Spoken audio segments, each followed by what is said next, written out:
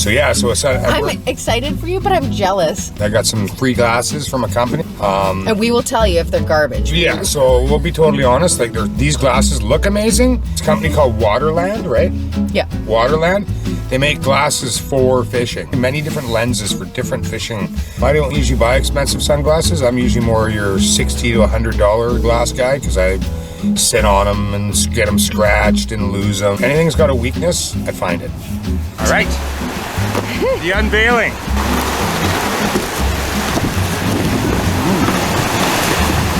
Nice. This is going to be like the Russian dolphin here. Now we're going in. Top hole. There's the... Oh, nice. Nice looking. Nice looking, yeah. Look at that. Those are so you. Oh, they're nice. They look nice. They definitely are good for the glare. I can see in there really well right now. So far, I really like these glasses.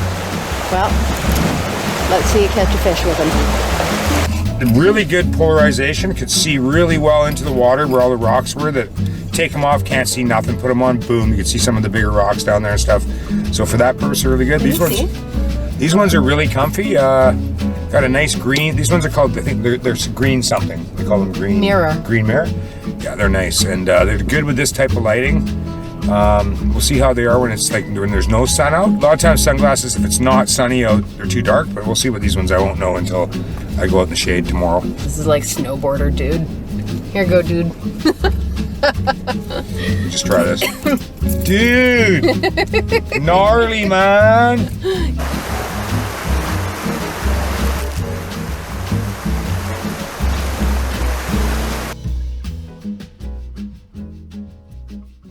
Let's make this a quick intro. It's still dark out. Okay, so we're going steelhead fishing again. This time we're hoping that we can catch one. I did my job. I can catch one.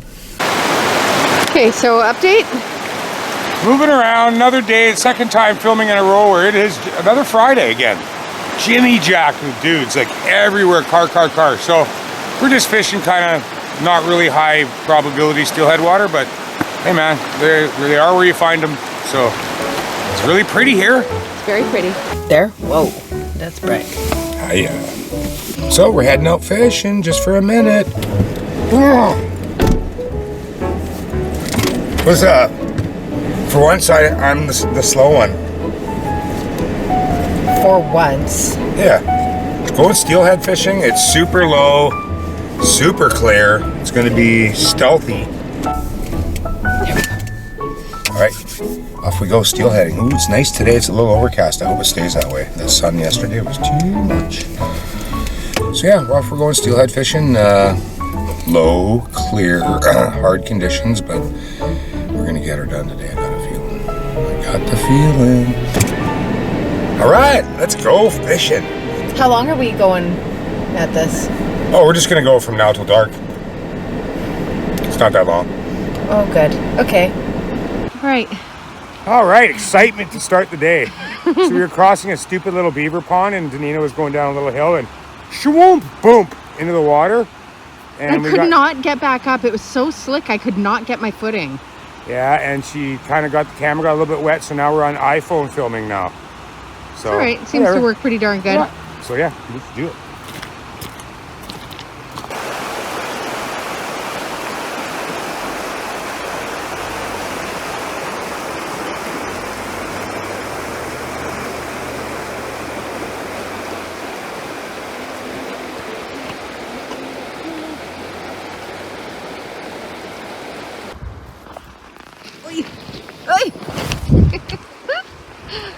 I'm rusty, it's been a while.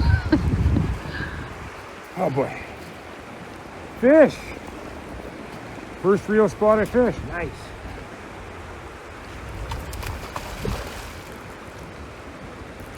Freshy. On a jig, worm jig. Oh, I thought you were... Oh, you cannot stick to one thing. Well, I already went through with the blade. I went through already. All right. I switched to a jig. Yeah, so I'm writing an article right now on the warmer season and the reaction these fish take to these bigger items. So Went through the blade first, and then I switched over to a good old jiglet. Oh, feisty little thing. Whoa, big run. Hatchery. Wrapped. It's wrapped up now. It's unwrapped.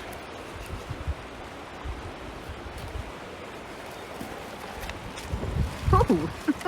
Off. Oh, shut up. Yeah. What? Yeah. How'd you lose it? Jumping. That was a cool jump, though. All right. Well, On the board. pink worm jig with a white tail, gold head, pin and bead.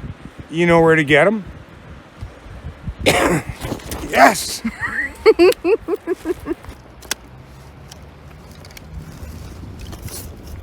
What are you switching up to? Deck Hogan. So I went through, I had that jig, I hooked that fish on, and then I had 2 other rip downs with that same jig. And then I stopped getting bites, so I switched to a bead, got nothing, no interest at all in the bead. Then I went to just a straight worm jig, nothing on that. So now I'm gonna go back with a feathered jig. One of my very, very best jigs that I've caught so many steelhead on in this river over the years, the Deck Hogan. People wonder why I call it that, because Deck Hogan's a famous fly fisherman. And I was reading a book he wrote about fly fishing. In the book he says, any color works to catch steelhead as long as it's orange. So I had this orange jig with the silver sparkle underneath it, and I needed a name for it, so I thought, oh, I'll just name it after a guy who doesn't even jig fish. All right, well, we hooked a nice fish on a jig, but blades have been pretty hot lately, so they're liking the big stuff. They're not really.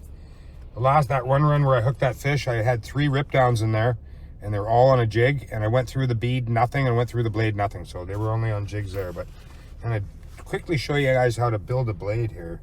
So I sell these like unmade, like you're seeing here, and I got all kinds of different airbrush painted ones, just metal finish ones with stickers, all kinds of stuff. So I'm just gonna show you how I build one of these. Oh boy. This is much easier. I usually do this at home in the office with the light on.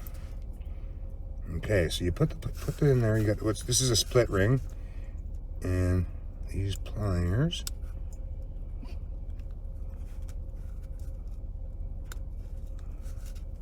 Getting the first one started is the hard part. I always use the tip of a butter knife when I'm doing anything with split rings.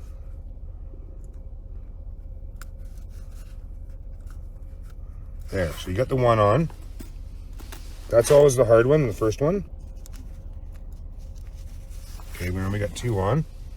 Then you take the pliers, flip them around, and then you just, there. Just like that. Now you got your two swivels on the split ring. I'm just gonna build one for you guys because this is not being as fast as I'd hope.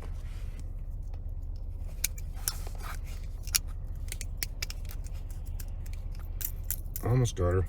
One more spin. Got her. Okay, just like that. So you have two swivels, 1 split ring. Then you take the hook. Make sure you put it on the right one. It's got to go on the swivel that's hanging behind the back of the blade, like that. Put the hook on.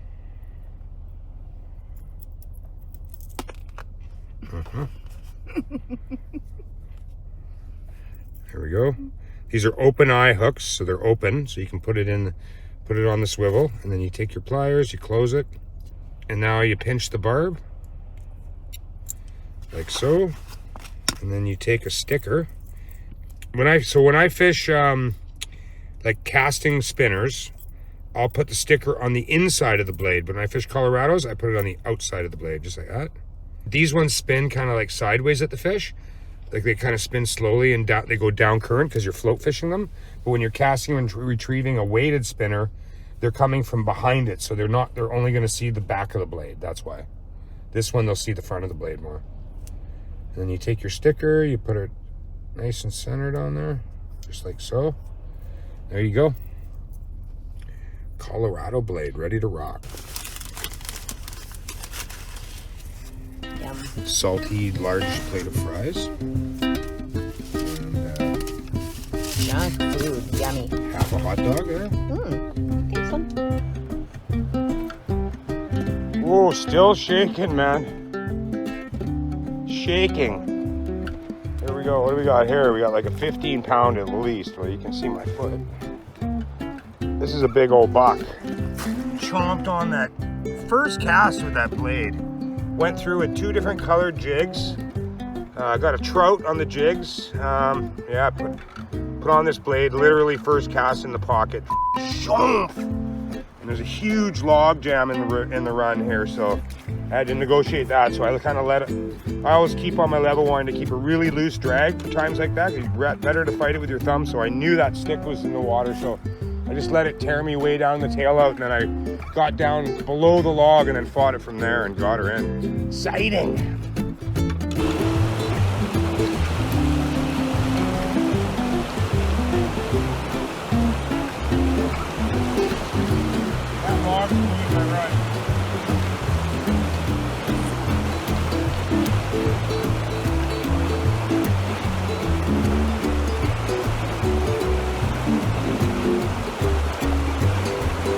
Lost the jig on it, so it won't do.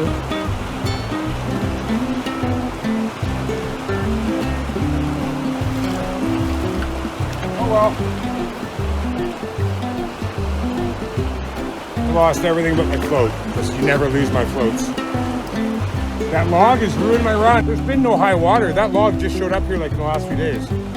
So somebody chainsawed it out of a run or something. There's just no way it came down. Well, maybe it was in the way of their run.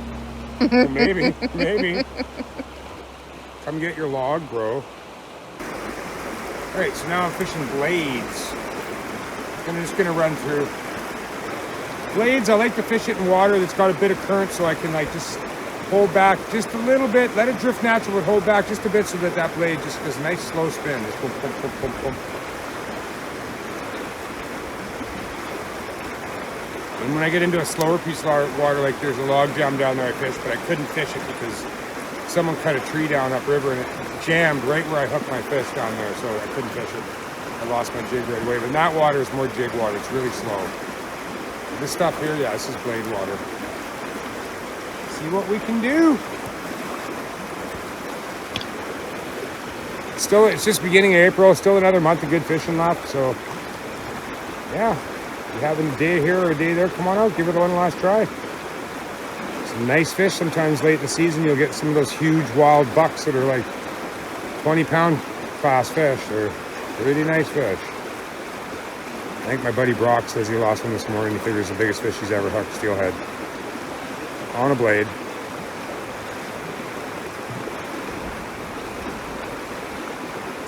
All right, off we go.